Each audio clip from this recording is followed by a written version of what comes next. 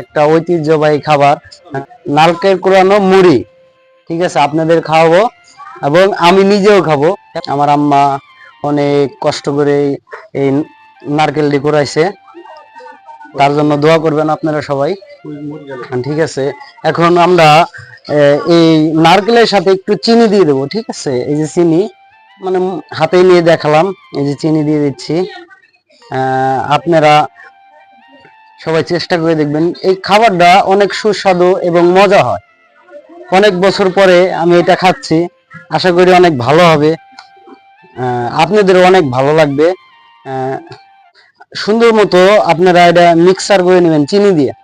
একটু মিষ্টি বেশি হইলে ভালো লাগে, আপনারা খাইতেও মজা পাবেন। তার জন্য আমি চিনি দিয়ে দিচ্ছি, একটু বেশি করে চিনি দিয়ে দিচ্ছি।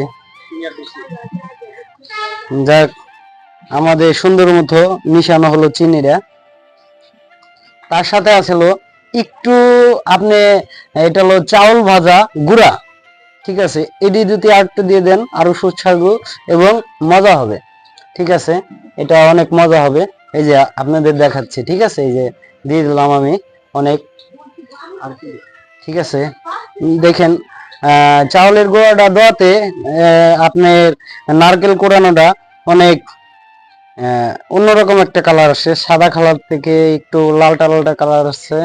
এবং আপনার এই যে মিক্স করার পরে দেখবেন আপনি নারকেলটা আপনার এমন আঠা জাতীয় বা চিনির শিরার মতো হয়ে যাবে। ঠিক আছে, যাক, এখন মুড়ি দেব। আপনারা এই যে মুড়ি,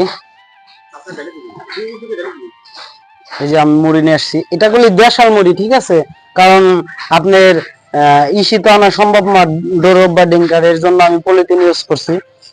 তাকে আপনারা যেভাবে নিয়ে খাইতে পারেন। আমি মুড়ি দিয়ে দেবো, এটা দেশাল মুড়ি, অরিজিনাল দেশাল মুড়ি, এই দেখেন। ঠিক আছে, এই যে মুড়ি ঢেলে দিলাম।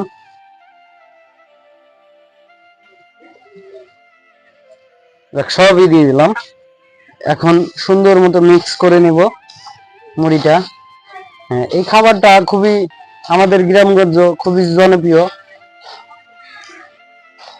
আশা করি অনেক মজা এবং টেস্টি হবে।